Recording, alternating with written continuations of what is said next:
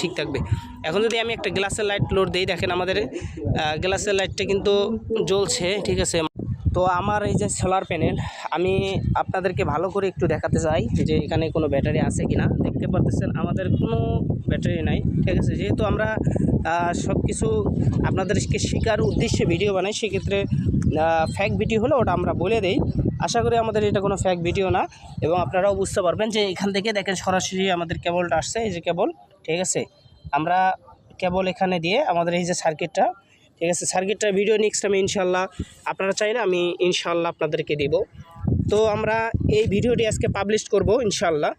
তো আপনারা দেখবেন যে এই ইনভার্টার দিয়ে আমরা এই যে আমাদের বোর্ডটা আমরা নিয়ে আসছি। তো এখন আমি ইনভার্টারটা কিন্তু চালু রাখছি, ঠিক আছে, অনেকক্ষণ ধরে চালাচ্ছি আমি। দেখেন আমাদের ইনভার্টার থেকে আউটপুট আসছে হচ্ছে 223 ভোল্ট, ঠিক আছে। আমরা ইনভার্টার থেকে আউটপুট পাচ্ছি 223 ভোল্ট, আলহামদুলিল্লাহ।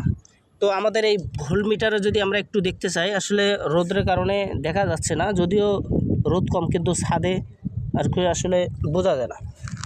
তো আমি একটু যদি আপনাদেরকে লোড দিয়ে দেখাই, সেক্ষেত্রে আপনারা দেখবেন যে আমরা একটা লাইট লোড দিয়েছি, যেহেতু এটা হচ্ছে ছাদ আর অনেক আলো, এই জন্য বোঝা যাচ্ছে না, ঠিক আছে। আমাদের এখন বর্তমান লোড হচ্ছে 218-19 বর্তমান আমরা পাচ্ছি, কিন্তু যখন রোদ বেশি হবে তখন কিন্তু আমাদের কোনো সমস্যা নাই, আবার